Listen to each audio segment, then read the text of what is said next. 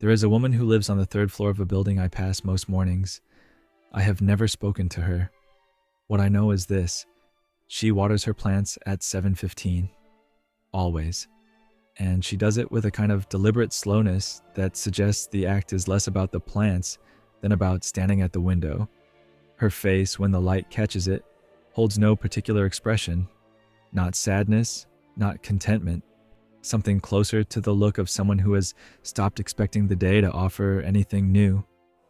I think about her sometimes when I notice my own face in mirrors, how it has begun to settle into lines that weren't there before, and how those lines seem to have been carved not by laughter or even worry, but by a kind of sustained, low-grade refusal. A refusal of what, exactly, I couldn't say. But it's there, in the tightness around the mouth, the way that eyes don't quite soften when they should. There was a time when I believed feeling wronged was a form of clarity, that if I could itemize every disappointment, every small betrayal, every promise the world had failed to keep, I would arrive at some essential truth about things. I kept lists, mental ones mostly, people who had been careless with my time, moments when I should have been chosen and wasn't, conversations where I was right and no one noticed. The list grew longer, more detailed. They became, without my realizing it, a kind of companion, something reliable, something that proved I was paying attention when others were not. Miss Havisham in that rotting wedding dress, surrounded by stopped clocks and rats, and the wedding cake turned to mold. She understood something about this. Not that she was right to do what she did, or that Dickens meant us to admire her, but there is a terrible logic to her choice. If the world has handed you a wound, you can make it your entire house. You can live in it, keep the curtains drawn, stop all the clocks at the moment of injury. At least then you know where you are. At least then the shape of things remains clear. What is less clear is what she might have looked like if she had opened a window. If she had let the light in and seen the dress for what it actually was: fabric, old, falling apart. Not a symbol of anything, just a thing that no longer fit. I've noticed that people who carry old injuries like heirlooms tend to move differently through rooms.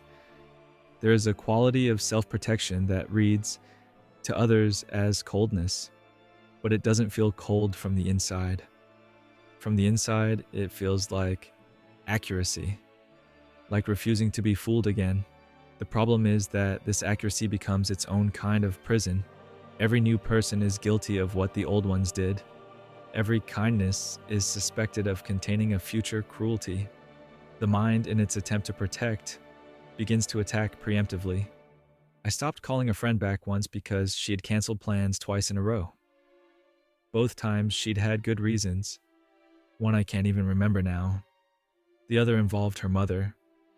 But I decided it meant something larger, that I was not a priority, that this was a pattern. I built the case carefully, added evidence from years prior, small moments I'd cataloged without knowing I was cataloging them.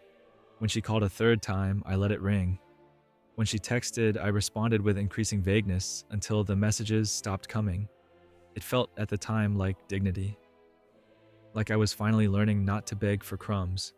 What I did not recognize was the pleasure in it, the thin, sour pleasure of being the one who withdraws first, of proving to no one in particular that I had not needed her anyway. She sent a card on my birthday that year.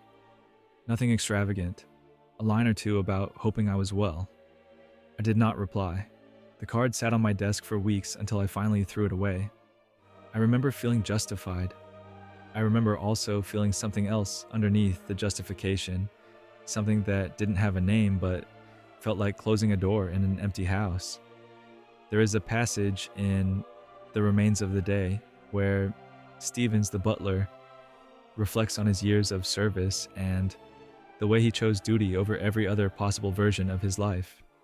He tells himself repeatedly that dignity lies in restraint, in not asking for what one wants, in not admitting even to oneself that one might have wanted anything at all.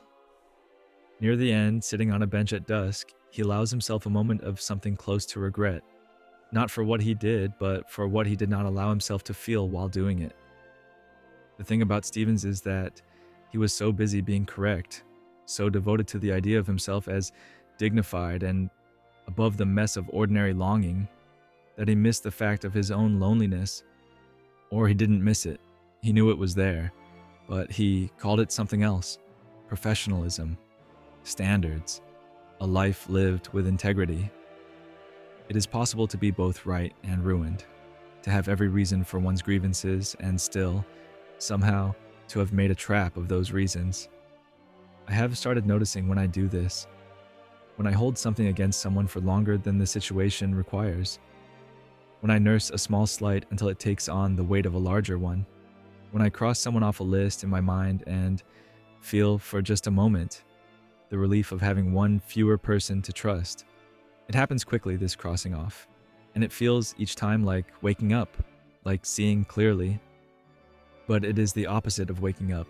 It is a kind of calcification.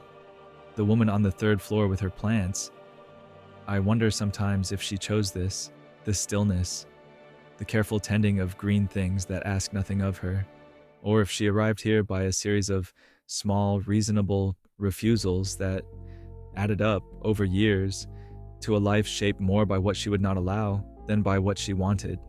There are days when I catch myself mid-refusal.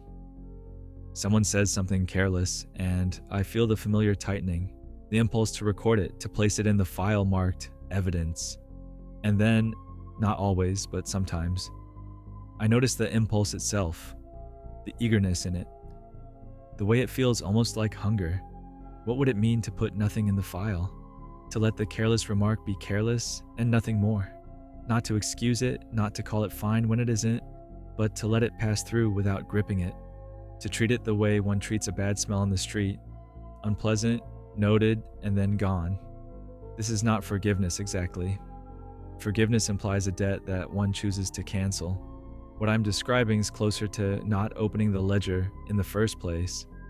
Not because people don't owe us care, but because the act of accounting has a cost that isn't always visible until the sum is tallied. I think the woman on the third floor might be happy in her way, or if not happy, then safe.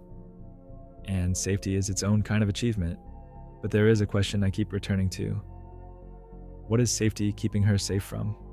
And at what point does the wall built to keep harm out also keep everything else out with it? I do not have an answer. But I have started leaving the file drawer closed more often. I have started letting calls ring through, even when I remember the last time. I have started noticing the weight of what I carry, and asking very quietly whether I need to carry all of it, whether some of it might be set down without announcing it, without ceremony, just opened hands, and a long exhale, and the small, bewildering lightness of not keeping score.